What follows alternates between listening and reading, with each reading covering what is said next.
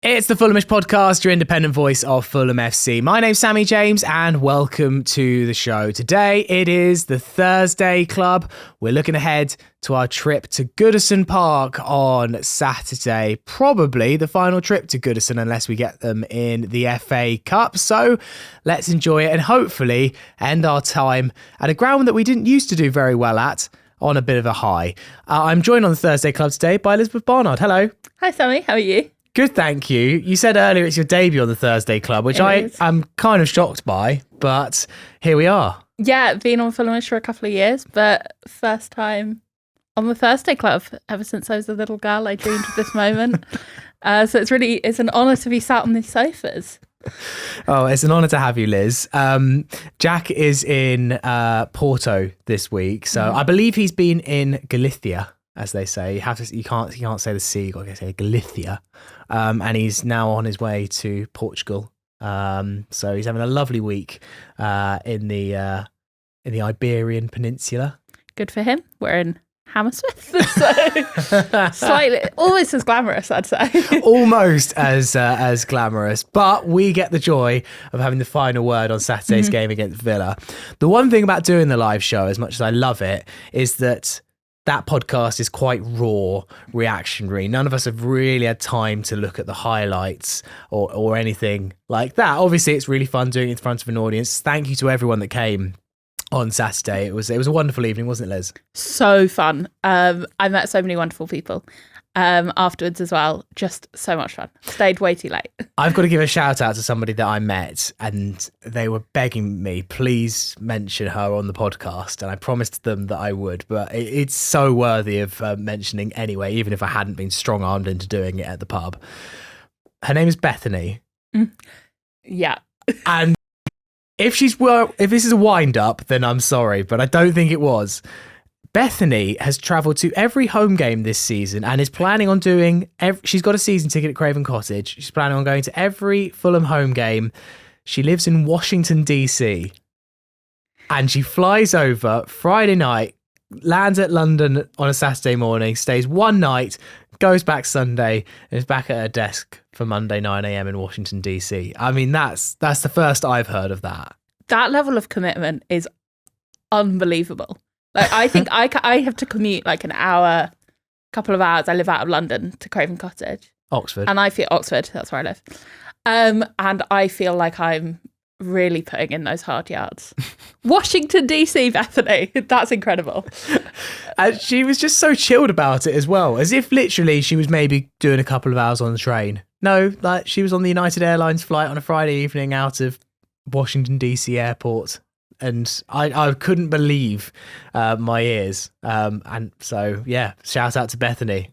Shout out to Bethany. That's incredible. I hope to see you at a game soon. Yeah, and she came to the Fulhamish live show, which is, even more commitment.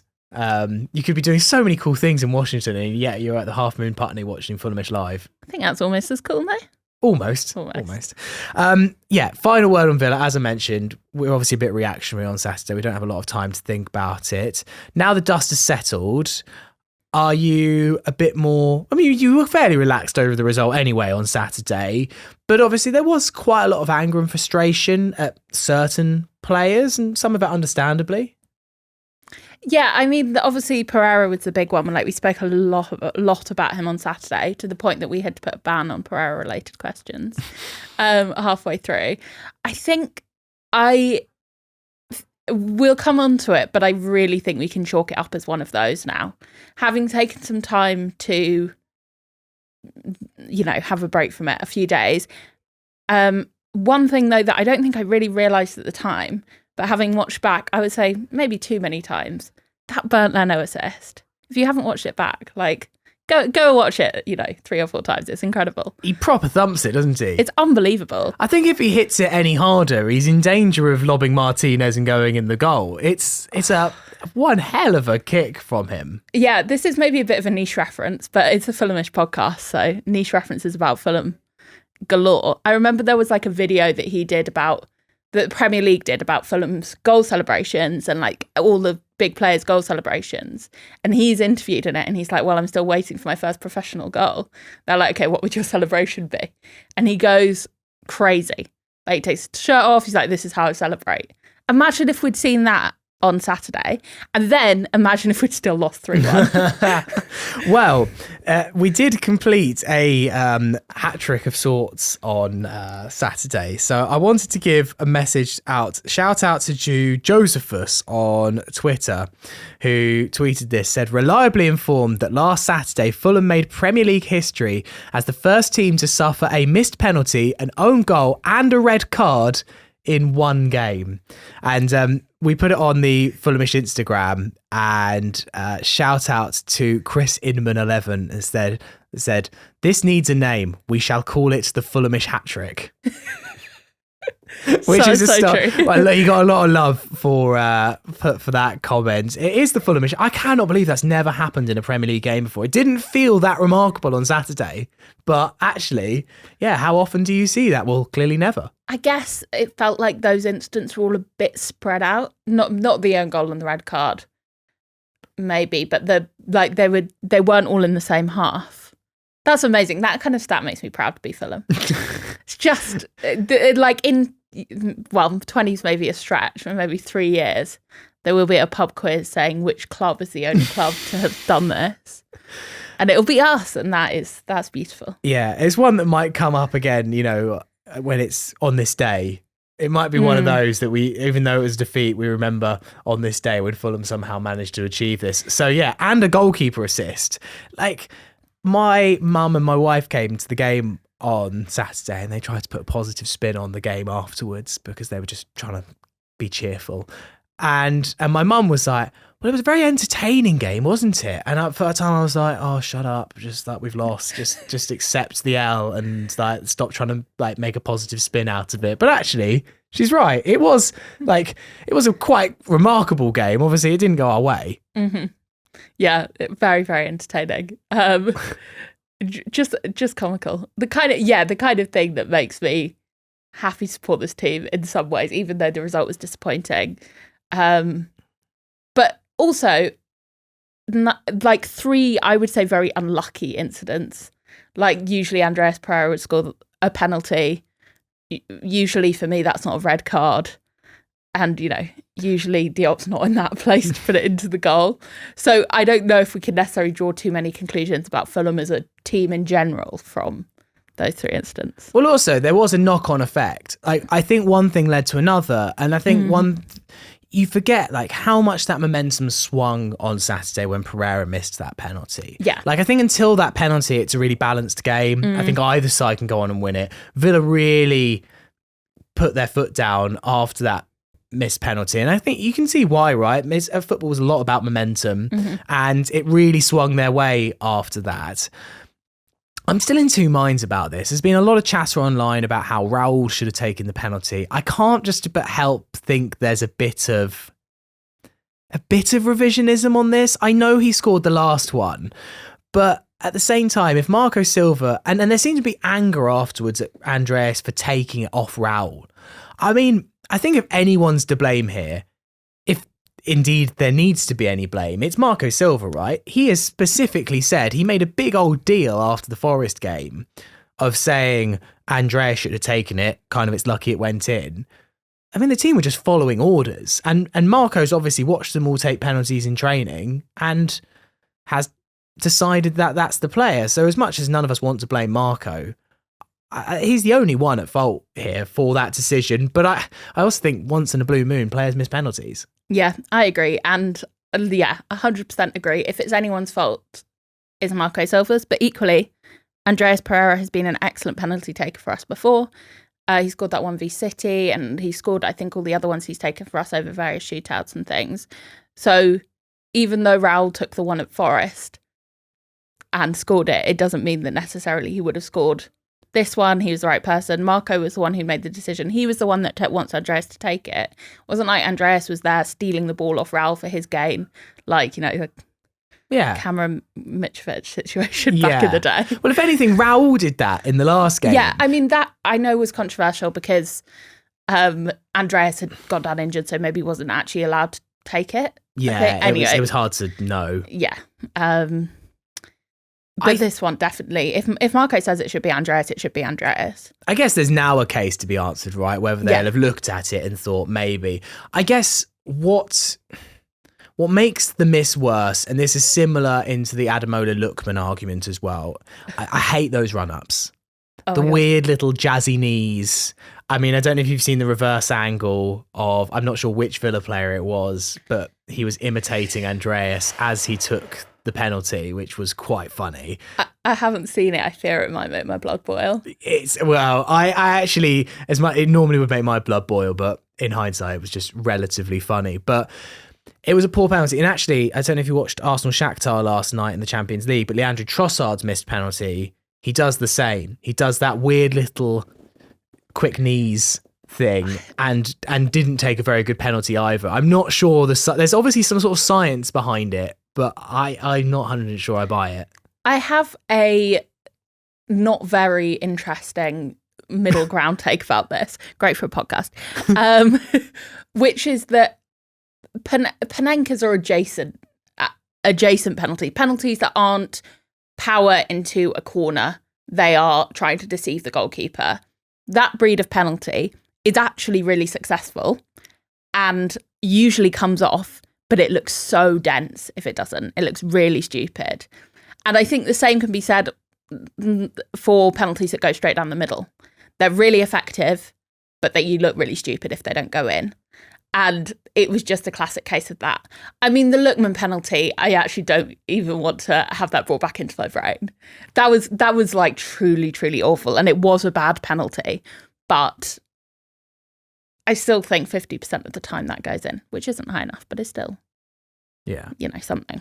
And we got a lot of flack on the quick take that Yasmin and I did, where, I mean, I actually was much stronger than Yaz by saying that I don't think it was a red card for Joachim Andersen.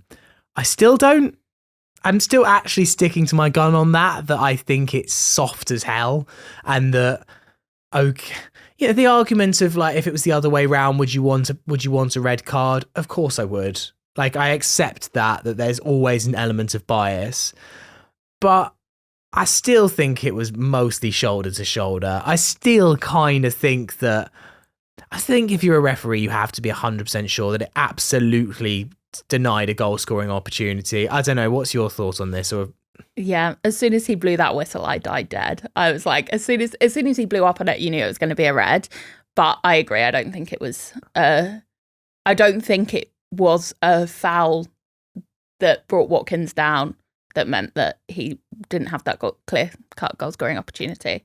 And therefore, I don't think it was a red card. No. I stand by that. I think Dan was right, though, on the podcast afterwards, where he said it was a failure by Fulham to allow that situation to even develop. And I don't think it's like a catastrophic error enough that it should have been overturned. No. I mean, VAR is kind of a shambles at the moment anyway, but it wasn't clear and obvious. Yeah. I'm kind of more on board with VAR than I've ever been before, and I'm still not massively on board, but I do respect this kind of like, there's a bit more transparency in that mostly what you see the referee make, they're not going to overturn it unless there's an absolutely gigantic error, and you just knew at the time there was they could go to VAR, but they were never seriously going to overlook that unless they somehow found that actually Anderson had won the ball or something, which I think we all could quite clearly see there was a coming together of both of them, and you either were going to judge it one way or the other, weren't you? It was going to be Watkins fouling Anderson somehow, or Anderson fouling Watkins. There was always a decision that had to be made there, and I don't know. I think it's soft, but c'est la vie, we move on. It was a difficult game against Villa, and I think there's maybe been a bit of that forgotten at the time. Maybe because it's Aston Villa. Yeah. Like, with all due respect to Aston Villa, I think I'm still coming to terms with the fact that they are a very good club.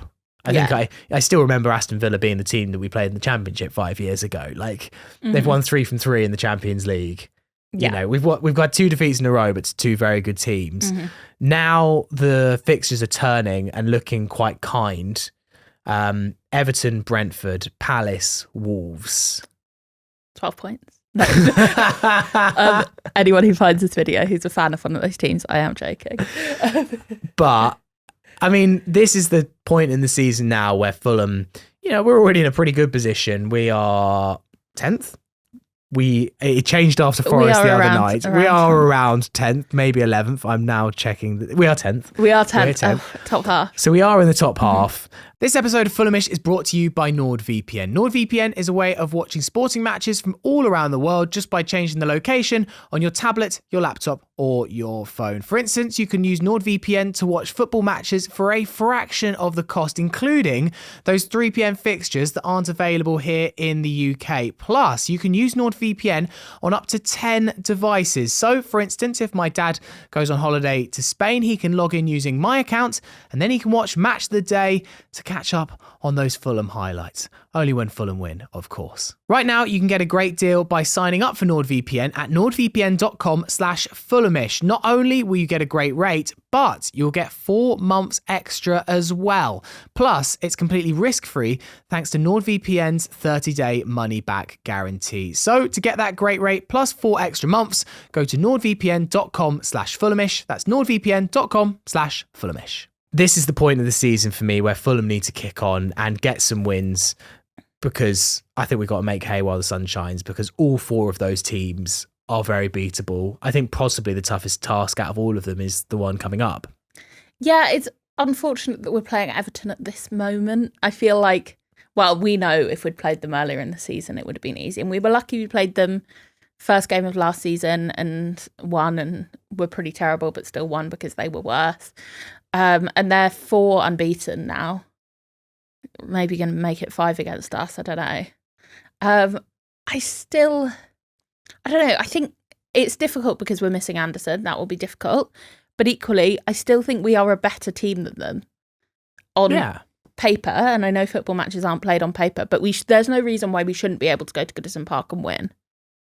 100%. I think you can't look at that Everton team, look at our team. But I think obviously we have got 2 big absentees. Sasa Lukic still missing in the middle. Really, and we know that we're going to be missing Joachim Andersen. Unless something dramatic happens with the appeal between now and Saturday, I don't personally see it. Apparently Marco and his team were thinking about appealing. I'm not 100% sure whether we did or not, but it's not going to get overturned my eyes. It's not going to get overturned.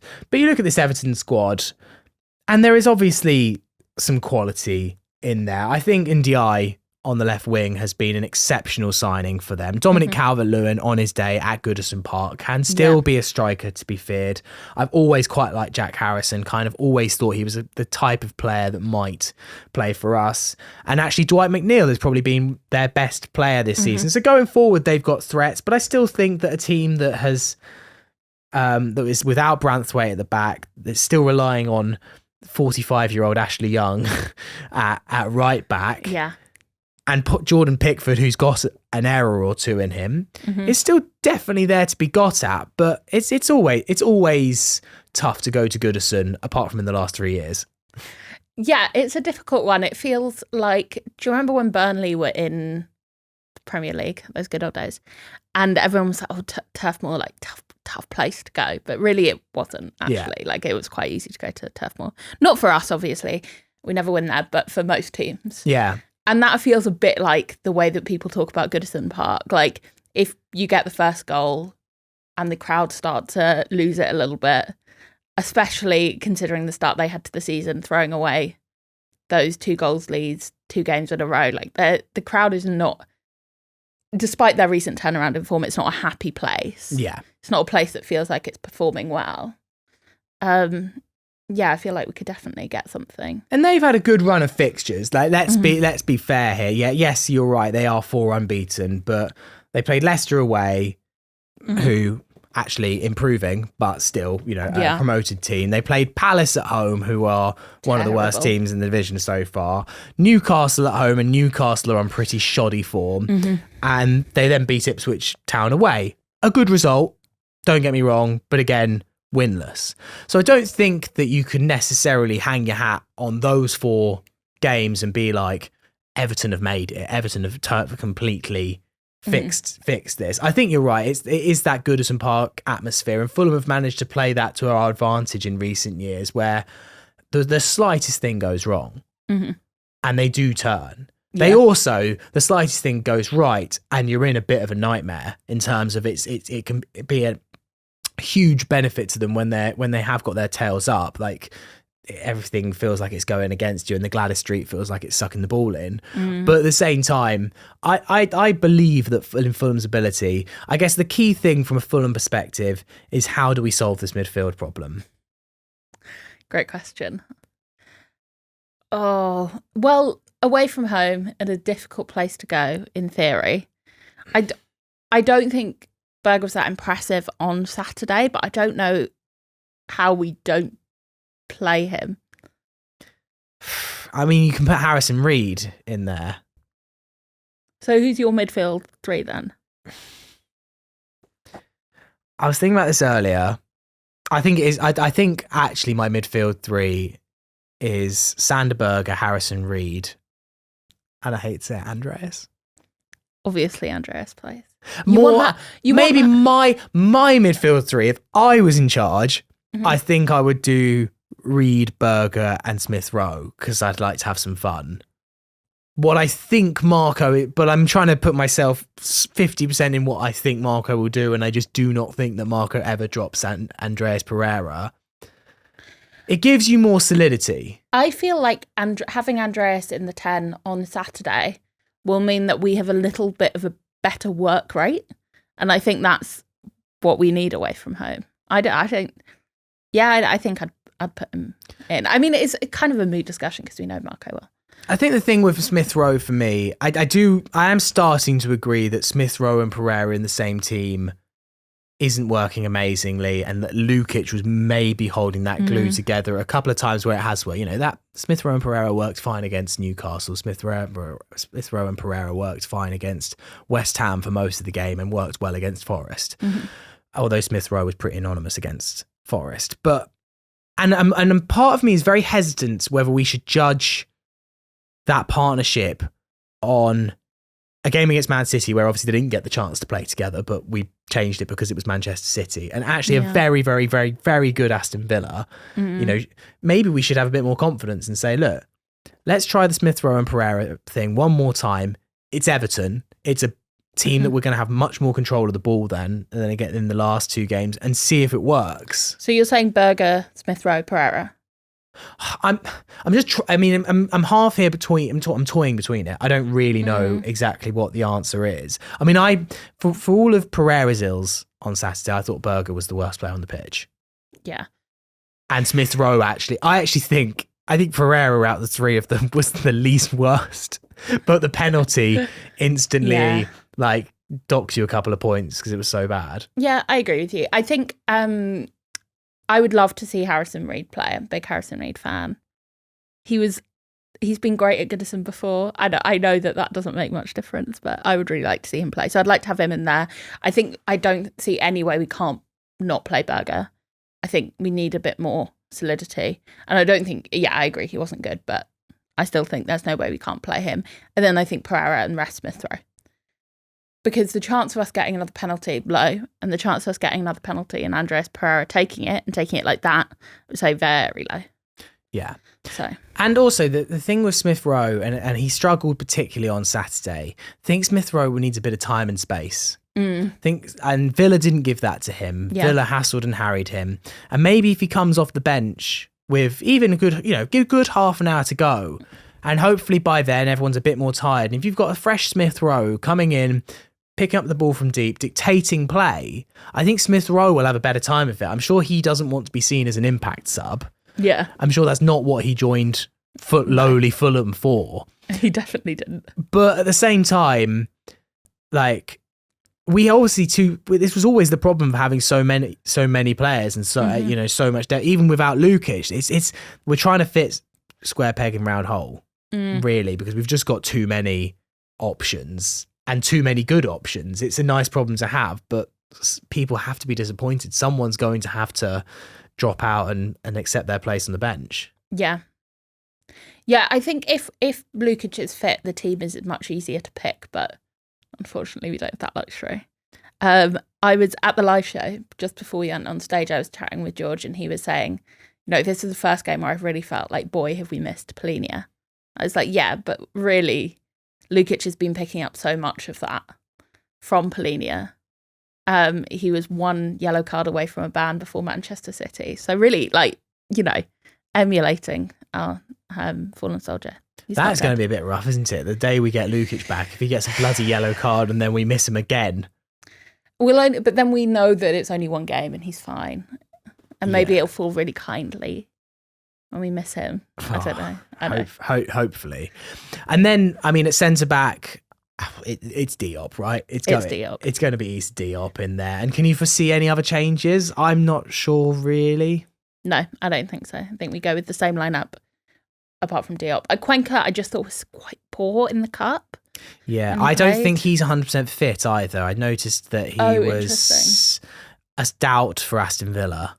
So, I think it's East Diop. The only one then, it came up on Saturday, and I think maybe asked Jackie this, and she wasn't so sure.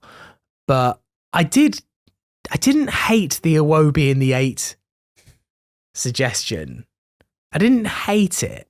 But the only thing is for me is I look at Sander Berge and I watched him play, and I do just think he's not a 6. I think he is an 8. And so really, I don't know if Iwobi dropping in, and Iwobi's not going to play 6. Iwobi's going to play 8 if he's going to play anywhere. I think if you bring in Harrison Reed, you take that pressure off Sander Berge. You take that pressure off Sander Berge to try and do this, role that Lukic has been doing brilliantly this season, where it's kind of a mixture between the both. You just go for something a bit more basic in there. It'll hopefully stifle any attacking threat that Everton have. And you look at someone like Dwight McNeil, you need to stop him. And you need that whole front line can all grab a goal or two. Yeah. If you can hold that dead, hold resilient. And we did that last time at Everton, didn't we? We hold firm, we got lucky, Bernd Leonard pulled off some great saves. And then with the quality we got up front, Adama Traore against Ashley Young. I can't wait to see it.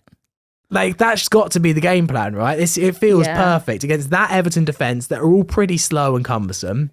If you can isolate Adama against any of them. And actually, Raul is just playing exceptionally well at the moment as well. Yeah. So, easy man of the match for Saturday. And easily been man of the match so many times. Just excellent. So, yeah, as long as we can keep them out, I think we've got a good chance of going there and getting something. All right, let's do some emails before we finish. So I'm going to go first to Mitchell. Says, hey lads, long-time listener, second-time emailer from New Zealand. I love when we hear listeners from Australia, New Zealand. Just feels cool because it's the other side of the world. 100%. I don't think we've ever got one from Fiji or Vanuatu yet. But if you do live in Fiji, Vanuatu, or any of the kind of Pacific islands, please get in touch. Because if you're in New Zealand, what time are you waking up for the games? Is it middle of the night stuff? I think so. It's basically either 11 or 12 hours. So yeah, that's real commitment. In fact, I'm sure Mitchell will quite appreciate 5:30 kickoff. Because that might mean just an early Saturday, a 6-ish. Yeah, or a lunchtime kickoff, stay up late. Yeah, that's probably quite good as well. Yeah. Basically, all the times that we don't like, I bet are really good for New Zealand. Like the Man United 7 p.m, everyone's moaning about that, 7 p.m. on a Sunday. But actually for Mitchell, he's getting up, having his breakfast. 7 a.m. on Monday morning, just goes to work. I bet Mitchell loves that kickoff time. So, let us know. Yeah, anyway. Be a third-time emailer. Mitchell says, you're going to need to hear me out on this, but I honestly think we are a better team without Smith Rowe. If you think back to his games this season, aside from the 2 goals and 1 assist, there aren't any other memorable moments from his game. Obviously, it's great to have a player who can pop up with a goal out of nowhere, but Smith Rowe doesn't feel like that player. If you compare him to Nelson, you can see the vast difference in level. What do you guys think about him? I know he's come back from injury, but it's been 2 months now, and that performance against Villa isn't what you'd expect for your record signing. I agree that performance against Villa is not what you'd expect for your record signing. And I also agree that I've been much more excited by Nelson when we've seen him on the pitch. But I do think with Nelson, there is a thing, I'm not sure how you feel about this, where he's our player for now, and that's great. And I love playing him, and I want to play our best team. But I'm very aware that we're giving him back to Arsenal next summer. And I don't want to develop him and make him a real key centre point in this team for that reason. Yeah. I want his role to be an impact sub if at all possible. But Mitchell has said, aside from, these goal involvements, and he has been good in quite a few of the games, Smith Rowe. Like, I think maybe there's a bit of recency bias because he was poor against Forest and poor against Villa, but I do think he's been impressive. I think we maybe have, I think maybe it was a little bit naive from all of us to expect Smith Rowe to come in and suddenly be the answer straight away. Yeah. From a player that had been out for so long. Like ultimately there is a player there. Ultimately there is a player that got 10 and 10 in that kind of 2021 season. Mm-hmm. There is obvious, you have to be pretty good to do that in the Premier League, whether you're playing for Arsenal, whether you're playing for anyone. And the Arsenal weren't particularly great that season either. And he was such an instrumental player. There is obviously something there. I see Smith Rowe as a bit of a long-term option where I wouldn't be surprised this season if he's not bit part, but also not necessarily absolute first name on the team sheet. He's in and out of the team. He has moments. But if we can get Smith Rowe either firing really on all cylinders by the end of the season or at the very worst for the start of next, then I think we have a hell of a player on our hands. I think it's going to just take a little bit of time for him to find his feet, and clearly I think it's maybe a fair but a bit of a harsh term to say he's been a bit of a flat track bully in that he's performed well in the games against like worse teams, and then he came up against a very good team in Aston Villa on Saturday and found it tough. But we've got 4 nice games now. Like I think this is the point where like he can hopefully start to shine in this team. I don't think it's all over, but I do get that from a record side. I think when you make a record signing, you just want them to absolutely start flying, don't you? Yeah, for that amount of money. And we've seen it before, like a couple of seasons ago. Polina came in and was just exceptional instantly. And that feeling of, oh my God, what have we've signed the best player in the world. It's really special. I agree with you. I think Smith Rowe will develop and become who we want him to be.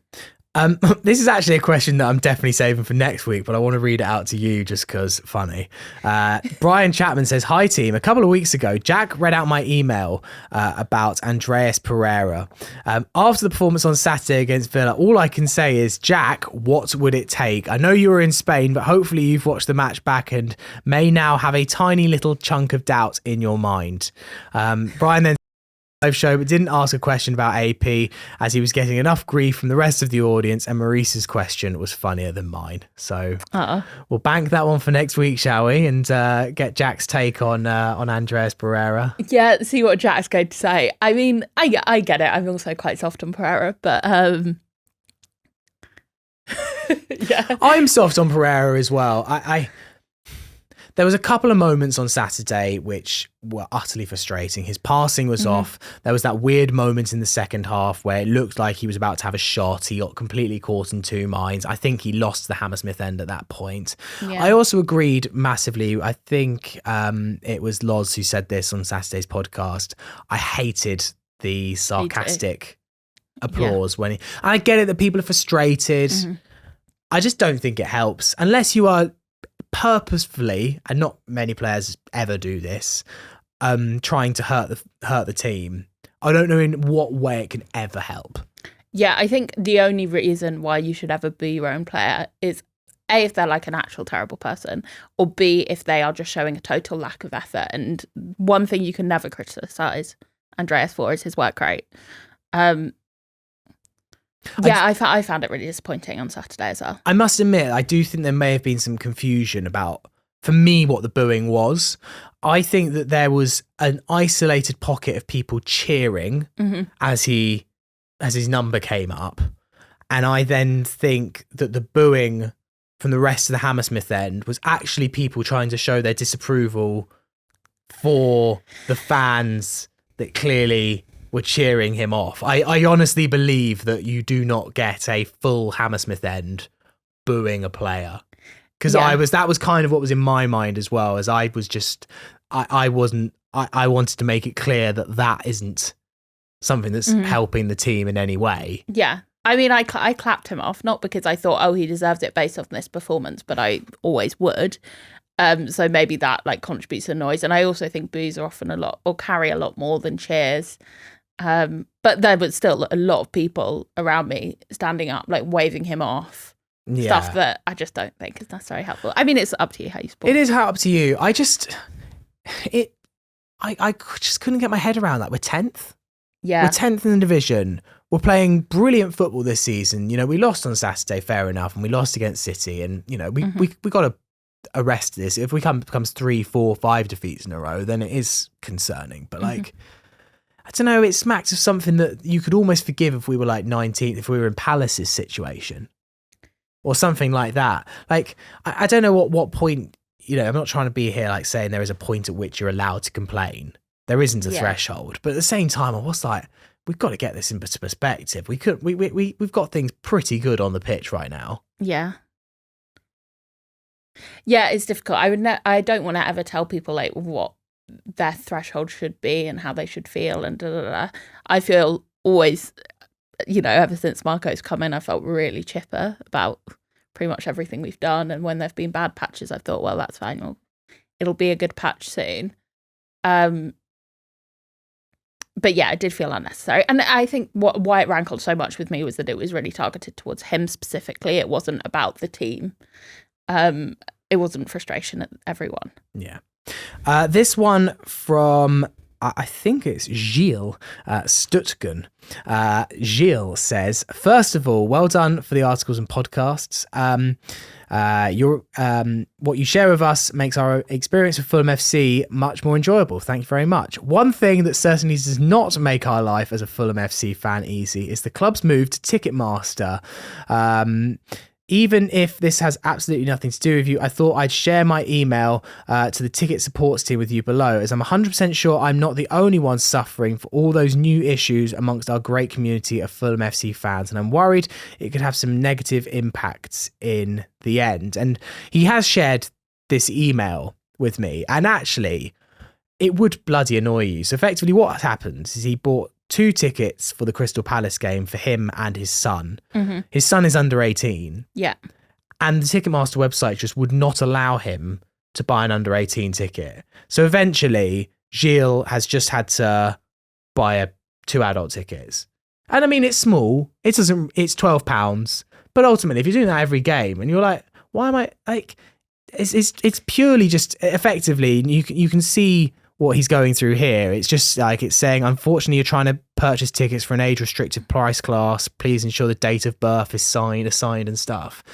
I mean, it's just proper bang your head against a brick wall stuff. And I've used it, and whilst most times I've managed to get to the end result of what I'm trying to do, at no point do you go like, oh, that was a nice, easy user experience.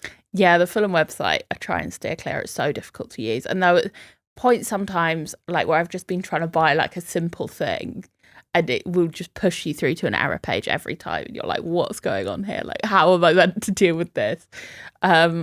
Even trying to like find something so basic as your loyalty points. And I know where to find it. It's not like I don't know, but each time I'm like, I go on my profile on the Fulham website. No, it's not there. You've got to go click tickets.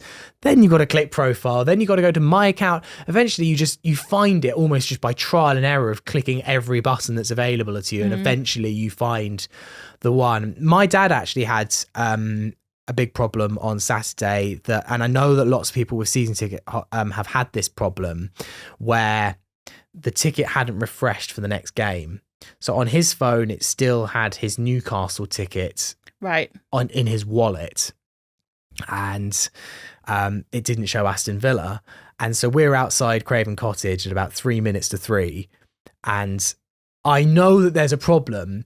I know that there's an article on the Fulham website of telling you how to fix this. But of course, with the 5G, 4G, whatever G at Craven Cottage, with everyone trying to get on the internet, I couldn't load the web page, which had the answer. And I was eventually managed to, and it must have taken about like 2 minutes just to load a simple web page of the Fulham, and I got there. So if you're wondering, if you're in this problem, there's a little thing that says automatic updates. And although my dad had it ticked, yes, he had to untick it and retick it again. And then all of a sudden, pop, out comes the Aston Villa ticket. It's just a bit rubbish, isn't it? Like ultimately we got there, we got in. And actually I felt I'm fairly I knew that problem, and so therefore, but my dad would have, if it hadn't been for me being there, he'd have gone to the ticket office and he would have easily missed the first 20 minutes probably of the game whilst the ticket office did it for him. And you do just wonder how many people, you know, don't have a son that runs a Fulham podcast or that checks the website and knows that there's an issue. Because I wouldn't have known if I hadn't have seen some of the communication. And I know the club have tried to get that message out there, and but just build better systems in the first place. You don't need to have all these help articles and things. Yeah, it's a real lack of investment into like a good system for buying these tickets, I feel. It's always so difficult, and you're right. Like, I'm generally fine because I'm able to figure it out, but for a lot of people that I know, like, that level of technological experience, it's not something that they've got, and like, why should they? Because they don't need it, or they don't, you know, they just want to go to the football. You shouldn't have to go through and like having to untick something and then retick it when it's already ticked in the first place is silly. Like, it just shouldn't be like that. Yeah.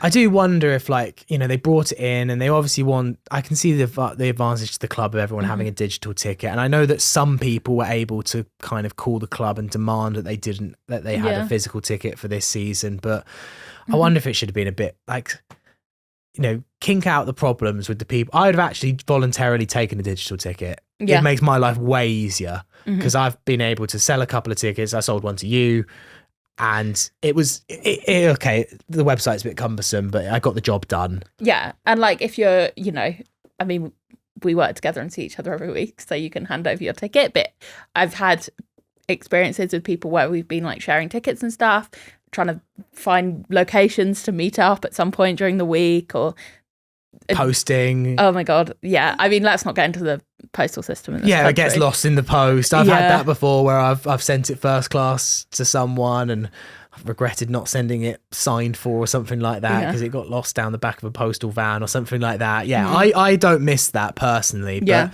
I think for a lot of people they're just like, I don't want all this faff. I liked having my card and I just wanted I liked it how it was. And especially as there clearly are kinks in the system, I do wonder if they rushed into it a little bit. And that was particularly annoying. Trying to deal with that. It is interesting that they're still doing, and surprising that they're still doing, I think, the £2, well, used to be £1, now £2 pints for 2 p.m.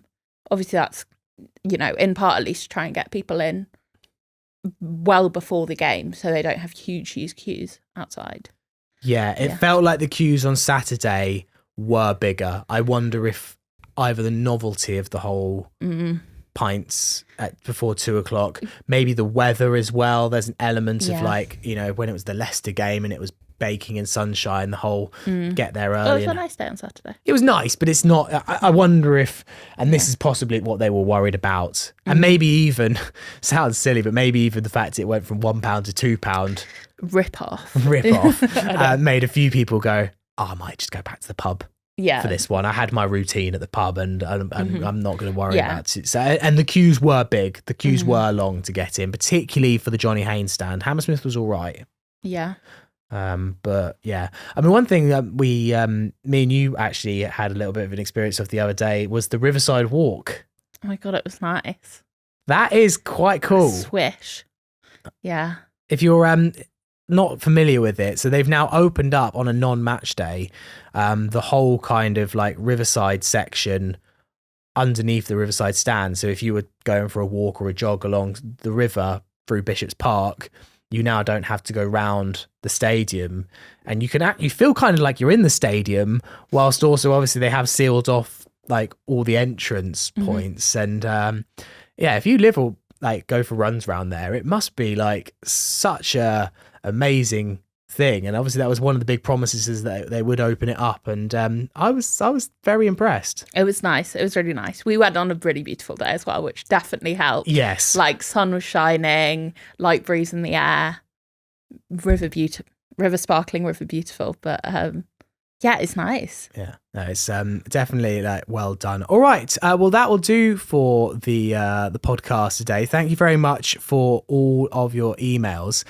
We will be back on Sunday, Monday, reviewing everything that happens in the Everton game. It's on the telly at 5:30, so if you're not making it up to Goodison Park, should be fairly easy for us to watch here in the UK. Elizabeth, thank you very much for coming on the Thursday Club. Thank you for having me. And thank you very much for listening and watching. Have a great weekend. Come on, you whites.